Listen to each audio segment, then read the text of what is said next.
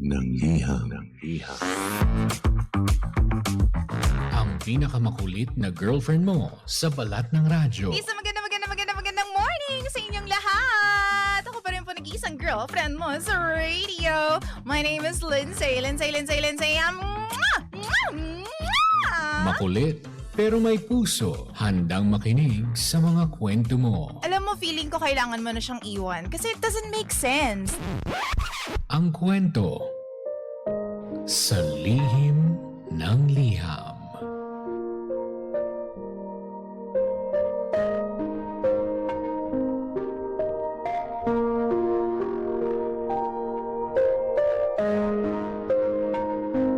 Mahal kong Lindsay.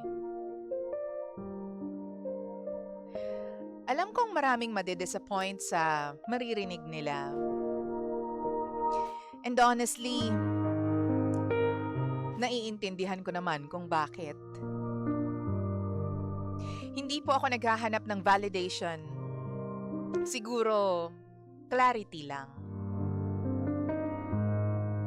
Magandang umaga po sa inyong lahat dito sa Lihim ng Liham. Tawagin niyo na lamang po ako sa pangalang Angel. A few months ago, DJ Lindsay, I met someone na nakapagpabago ng pananaw ko sa mga relasyon. Itong lalaki na ito, he's older than me. Financially stable, emotionally present, and to be fair, napakabait niya sa akin.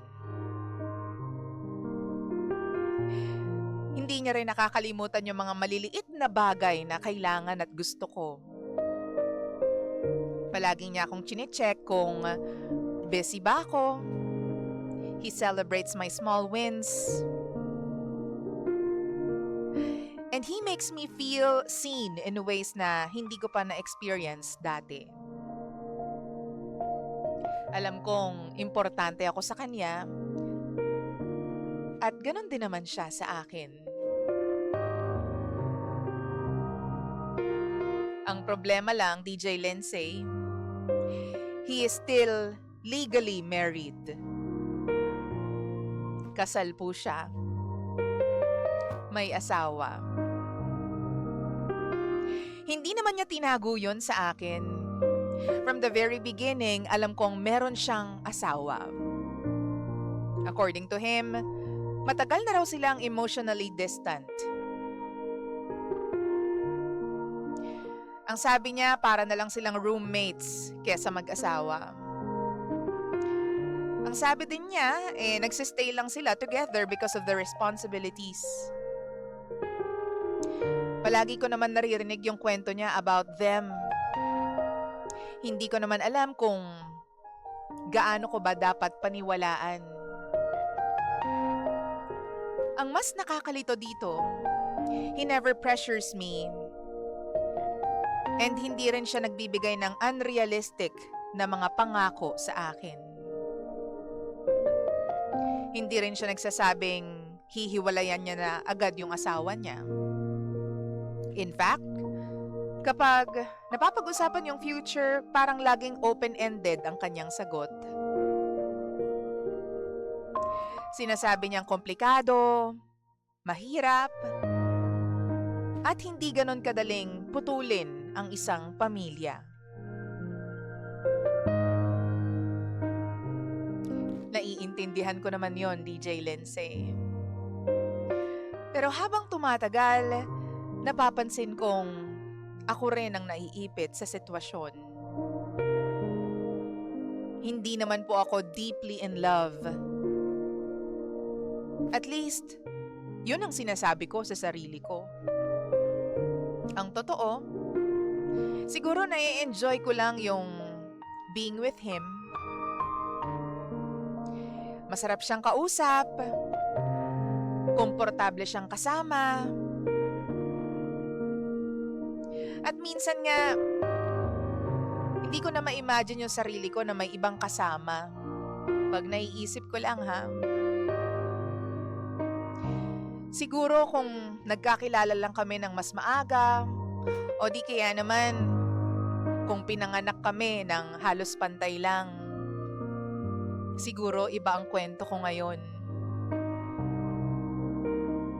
Pero hanggang isip na lang yon, DJ Lindsay, because reality keeps reminding me na hindi pa rin po pwede dahil legal pa rin sila ng asawa niya. Wala ring timeline kung may magbabago ba talaga.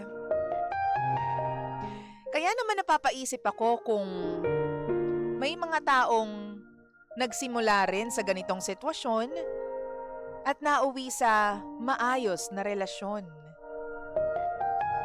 May ganon kaya? May mga lalaking nagdedesisyong tapusin ang marriage nila para sa taong minahal nila.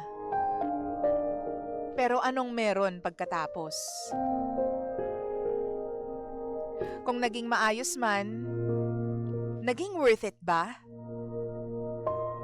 O kahit nagkatuluyan sila, dala pa rin ba yun ng guilt at trust issues habang tumatagal? May pagsisisi ba sa part nila? Hindi ko po ito tinatanong para humanap ng dahilan para ipagpatuloy ang sitwasyon o relasyon naming dalawa. Siguro, ang gusto ko lang marinig ay yung experiences ng ibang tao. Para mas makita ko kung ano ba talaga ang madalas na ending ng mga ganitong kwento. Kasi habang tumatagal, mas nararamdaman kong hindi ako naghihintay ng tamang panahon. Baka ang hinihintay ko lang ay isang katotohanang matagal nang nasa harap ko. Pero baka hindi ko lang talaga kayang tanggapin.